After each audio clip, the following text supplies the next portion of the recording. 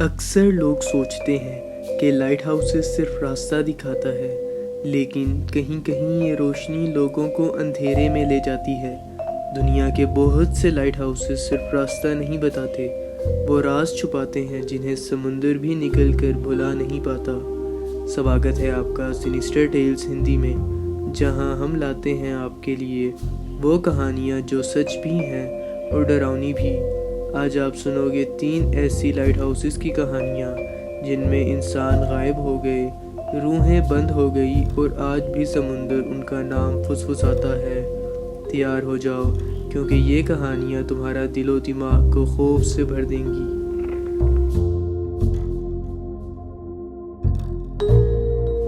دسمبر 1900، 3 light house keepers James, Thomas اور Donald آئلین مور کے اس تنہا لائٹ ہاؤس پر اپنا کام کر رہے تھے۔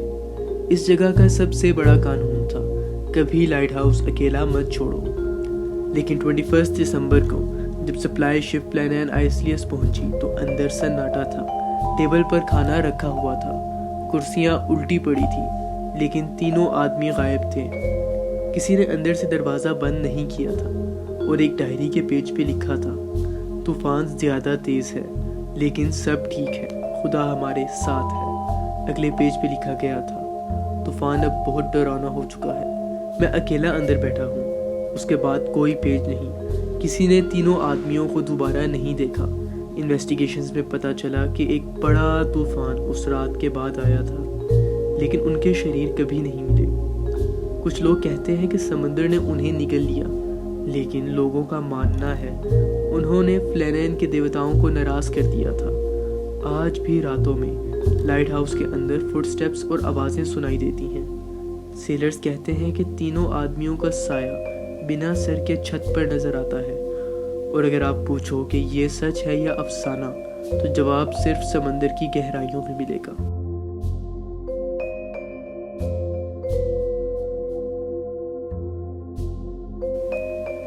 (1830) کے آس پاس سیگین آئلینڈ کا یہ لائٹ ہاؤس ایک نئے کیپر کو ملا۔ اس کی بیوی اس کے ساتھ رہتی تھی، مگر یہ جگہ بالکل الگ تھی، نہ لوگ نہ گاؤں، صرف پانی اور پانی۔ اکیلے پن میں اس کی بیوی پیانو بجانا سیکھ گئی، لیکن صرف ایک ہی دھن، ایک ہی راگ بار بار، رات کے رات دن کے دن وہ ایک ہی دھن گونجا کرتی تھی۔ ایک رات کیپر کا ذہن بگڑ گیا، اس نے کہا بس کرو، لیکن پیانو رکا ہی نہیں۔ اگلی صبح لوگوں نے دیکھا کہ کیپر نے اپنی بیوی کو قتل کر دیا اور خود کو مار دیا۔ تب سے اس پیانو کی آواز آج بھی سنی جاتی ہے جب تازہ ہوا سمندر سے ٹکراتی ہے۔ لوگ کہتے ہیں کہ رات کے سمے اگر تم دھیان سے سنو تو ایک اداسی بھری دھن آتی ہے، وہ دھن جو قتل سے پہلے بجتی تھی۔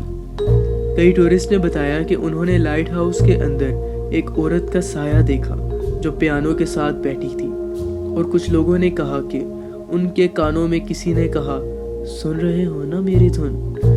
کیا یہ صرف ہوا کا کھیل ہے یا ایک پیار کا انتقام جو آج تک زندہ ہے؟ 1870 کے دور میں یہاں لائٹ ہاؤس کنسٹرکشن چل رہی تھی۔ کیپر کی 2 بیٹیاں میری اور ایلیزا روز شام کو مزدوروں کے پاس کھیلنے آتی تھی۔ ایک دن وہ ایک پرانی ریل ٹرالی میں مذاق مستی میں بیٹھ گئی۔ کرتے کرتے اس ٹرالی نے سمندر میں گر کر 2 چھوٹی زندگیاں ختم کر دی۔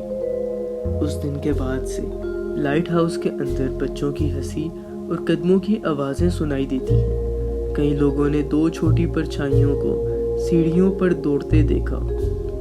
ایک وزٹر نے کہا، میں نے سیڑھیوں سے ایک بچی کو مجھے دیکھتے ہوئے مسکراتے ہوئے دیکھا اور ایک پل میں وہ غائب ہو گئی۔ پیرانارمل انویسٹیگیٹرز نے ریکارڈنگ میں بچوں کی ہنسی پکڑی ہے، اور کئی بار کیمرے کے فریم میں ایک سفید ڈریس والی چھوٹی لڑکی نظر آئی ہے۔ لیکن سب سے ڈراؤنا واقعہ ایک گارڈ نے بتایا، ایک رات میں نے اندر ایک لڑکی کو دیکھا جو سیڑھیوں پر چل رہی تھی۔ میں نے بولا رک جاؤ، وہ مڑ کر مسکرائی اور پھر اچانک سے غائب ہو گئی۔ لائٹ ہاؤسز ہمیشہ اندھیرے میں روشنی دیتے ہیں، لیکن کبھی کبھی یہ روشنی ان لوگوں کی یاد میں جلتی ہے جو کبھی لوٹ کر نہیں آئے۔ فلانان کے کیپرز، سیگوین کی پیانو اور ایس ٹی آگسٹن کے بچے، یہ صرف کہانیاں نہیں، وہ روحیں ہیں جو اپنے گھر کے اندر قبضہ کیے بیٹھی ہیں۔ اگر کبھی آپ سمندر کے کنارے ہو اور دور کسی لائٹ ہاؤس سے آواز آئے تو پلٹ کر مت دیکھو، شاید کوئی تمہیں بلا رہا ہو۔